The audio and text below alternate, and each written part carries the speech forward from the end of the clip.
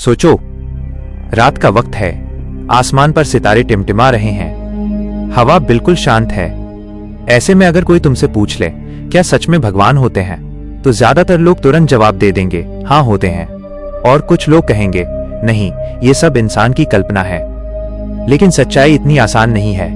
ये सवाल हजारों सालों से इंसान के साथ चल रहा है, और शायद इसलिए क्योंकि इंसान खुद को पूरी तरह आज तक समझ नहीं पाया। अब जरा पीछे चलते हैं, बहुत पीछे, जब इंसान जंगलों में रहता था। न बिजली थी, न मोबाइल, न विज्ञान की किताबें। अचानक बिजली चमकती थी, आंधी आती थी, बाढ़ आती थी, आग लग जाती थी। इंसान डर जाता था, उसे समझ नहीं आता था कि ये सब क्यों हो रहा है। डर के साथ एक सवाल पैदा हुआ, ये ताकत किसकी है? यहीं से भगवान का बीज पड़ा। लेकिन यही कहानी खत्म नहीं होती, ये तो बस शुरुआत है। अब सोचो, अगर भगवान सिर्फ डर से पैदा हुआ विचार होता तो जैसे जैसे विज्ञान आगे बढ़ता भगवान का विचार खत्म हो जाना चाहिए था। पर ऐसा हुआ नहीं। आज इंसान चांद पर पहुंच गया, डीएनए समझ लिया, ब्रह्मांड के रहस्य खोल रहा है।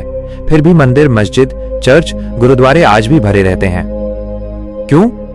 क्योंकि भगवान सिर्फ डर नहीं है, भगवान सवाल भी हैं और जवाब भी।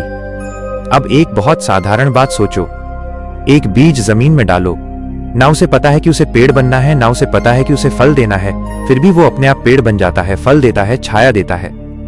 किसने सिखाया उसे ये सब? अब कोई कहेगा प्रकृति।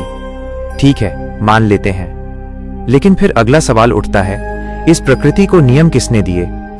ये नियम अपने आप नहीं बनते।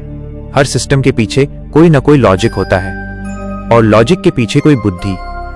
अब ध्यान से समझो, भगवान को अगर दाढ़ी वाले बूढ़े आदमी की तरह सोचोगे तो सवाल उठेंगे। लेकिन अगर भगवान को चेतना, नियम, संतुलन और ऊर्जा की तरह समझोगे तो चीजें जुड़ने लगेंगी। जैसे गुरुत्वाकर्षण, तुम उसे देख नहीं सकते, पर उसकी वजह से सब कुछ टिका हुआ है। क्या गुरुत्वाकर्षण है? हाँ। क्या दिखता है? नहीं।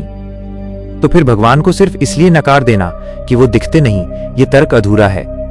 अब जरा इंसान के अंदर झांको। जब कोई माँ अपने बच्चे को भूखा देखकर खुद भूखी रह जाती है, जब कोई सैनिक देश के लिए जान दे देता है, जब कोई इंसान बिना किसी फायदे के किसी अजनबी की मदद करता है, तो वो भावना कहां से आती है?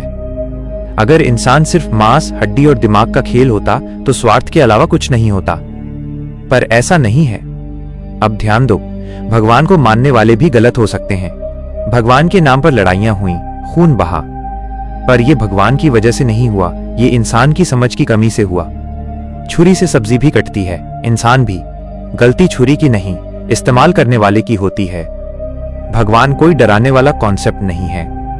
भगवान कोई आसमान में बैठा जज नहीं है जो हर गलती पर सजा दे। भगवान एक एहसास है कि तुम अकेले नहीं हो, कि इस दुनिया में कुछ तो है जो तुम्हें सही और गलत का फर्क सिखाता है। अब आखिरी बात, भगवान को साबित नहीं किया जा सकता और भगवान को झुठलाया भी नहीं जा सकता, क्योंकि भगवान विज्ञान का विषय नहीं है, भगवान अनुभव का विषय है। जिसने मां की ममता महसूस की, जिसने सच्चे प्रेम में खुद को खोया, जिसने अंधेरे में भी उम्मीद देखी, उसने किसी न किसी रूप में भगवान को महसूस किया है।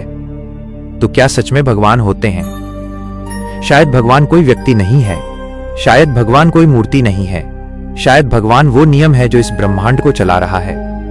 शायद भगवान वो आवाज है जो गलत करते वक्त तुम्हें रोकती है, और शायद भगवान वही सवाल है जिसे पूछते रहना ही इंसान को इंसान बनाता है। अब फैसला तुम्हारा है, मानो या न मानो, पर इस सवाल को हल्के में मत लेना, क्योंकि जिस दिन इंसान ने यह पूछना छोड़ दिया उस दिन वो सिर्फ जिंदा रहेगा, जिएगा नहीं। अगर आपको ये वीडियो पसंद आया हो तो इसे लाइक करें, और ऐसी ही और वीडियो के लिए हमारे चैनल को सब्सक्राइब जरूर करें।